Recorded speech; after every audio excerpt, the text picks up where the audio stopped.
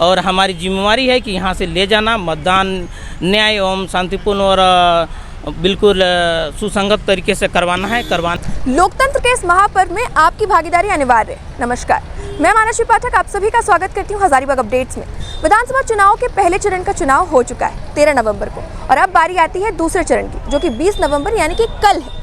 ऐसे में इस वक्त हम मौजूद हैं हजारीबाग के संत कोलंबस कॉलेज में, जो कि मांडू विधानसभा क्षेत्र का डिस्पैच सेंटर बना हुआ है, यानी कि जितने भी ईवीएम मशीन और वीवीपैट हैं यहाँ से डिस्पैच किए जा रहे हैं। तो यहाँ पर कुछ कर्मी मौजूद हैं, मतदान कर्मी, उनसे हम जुड़ेंगे और जानेंगे किन चीज़ों को लेकर इलेक्शन में सबसे ज़्यादा सावधानी बरतनी पड़ती। तो आइए हम आपको लेकर चलते हैं। यहाँ पर भैया मौजूद हैं ईवीएम मशीन्स के साथ और वीवीपैट के साथ। तो भैया बताइए किन किन चीज़ों को लेकर सबसे ज़्यादा सावधानी बरतनी पड़ती है?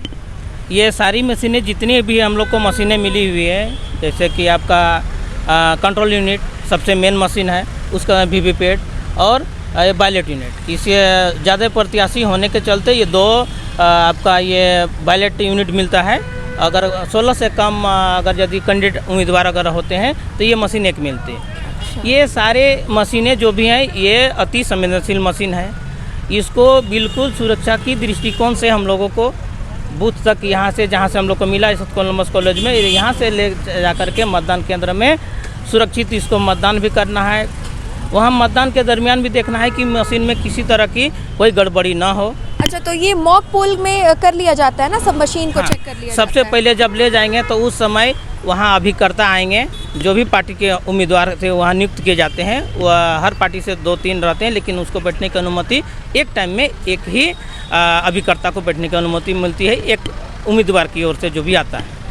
उसके बाद में उसके उपस्थिति में, यानी अभिकर्ताओं की, एजेंटों की उपस्थिति में सारे मशीनों को उन्हीं के सामने जोड़ा जाता है। उसके बाद में सबसे पहला है कि मॉक पोल किया जाता है। उस समय सारा कुछ क्लोज बटन दबा करके CRC करके उसको क्लियर कर दिया जाता है कि जितना भी मत पड़ा, अभी मॉक पोल में मिनिमम कम से कम 50 वोट देना है। मतलब 50 वोट दे के पहले चेक कर लिया जाता है। नोटा समेत सारी मशीनों को, सारे बटन को चेक कर लिया जाता है कि सारी मशीनें, मतलब सारे बटन काम कर रहे हैं कि नहीं। उसके बाद में मॉक पोल जब कंप्लीट हो गया, सारा मिलान करने के बाद में पुनः उसको CRC कर दिया जाता है, क्लियर, फिर शून्य।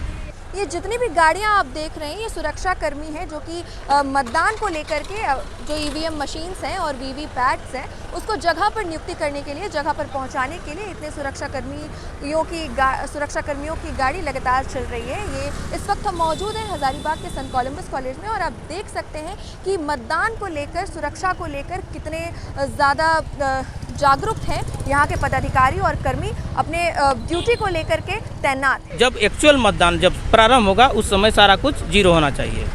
अगर यदि वह कहीं पर अगर नहीं हो पाता है तो वो माने बूथ कैंसिल हो सकता है, गड़बड़ हो जाता है। ये सारी चीज़ें हम लोग को प्रशिक्षण के दौरान दिया गया है, उसका हम लोग अक्षरशः पालन करते हैं।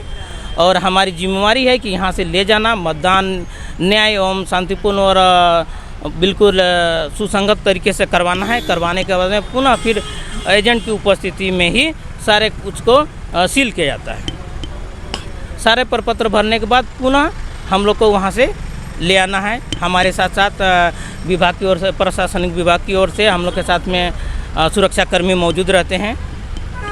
साथ साथ फिर पुनः ला करके हम लोग बाजार समिति में जमा करते हैं।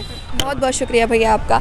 तो देखा आपने, ये मतदान कर्मी हैं जिन्होंने बताया अपना अनुभव कि लोकतंत्र के इस महापर्व में इनकी भागीदारी होती है। ये इनके लिए बहुत गर्व की बात है, और मतदान को लेकर कितनी सुरक्षा बरतनी पड़ती है ये भी उन्होंने बताया कि मशीन को कैसे यहाँ से लेकर जाना, वहाँ पर मॉक पोल के द्वारा मशीन को टेस्ट करना। मतलब इन्होंने बताया कि जो प्रशासनिक सुविधा भी होती है वो भी इन्हें दी जाती है। ऐसे में कल 20 नवंबर को दूसरे चरण का चुनाव होना है। आप भी अपना वोट ज़रूर करें, क्योंकि एक आवाज़, एक वोट आपकी आवाज़ है और आपका अधिकार। धन्यवाद।